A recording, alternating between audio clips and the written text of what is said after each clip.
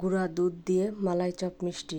একটা বাটি নিয়েছে, বাটির ভিতর কিছু পরিমাণ গুঁড়া দুধ দিয়েছি, দিয়েছি কিছু পরিমাণ ময়দা, দিয়েছি বেকিং পাউডার অল্প পরিমাণ দিয়েছি। তারপরে একটু তেলটা দিয়ে সুন্দর করে একটু মাখিয়ে নেব। তারপরে একটা ডিম ভেঙে রেখেছিলাম একটা বাটিতে, সেটা অল্প অল্প করে দিয়ে সুন্দর করে মেখে নেব। তারপরে একটা প্লেট দিয়ে সুন্দর করে ঢেকে রাখবো 5-10 মিনিট, রেখে আবার উঠিয়ে নেব। হাতে কিছু ঘি মাখিয়ে নিয়েছি, মিষ্টিগুলোর শেপ দিয়ে নেব।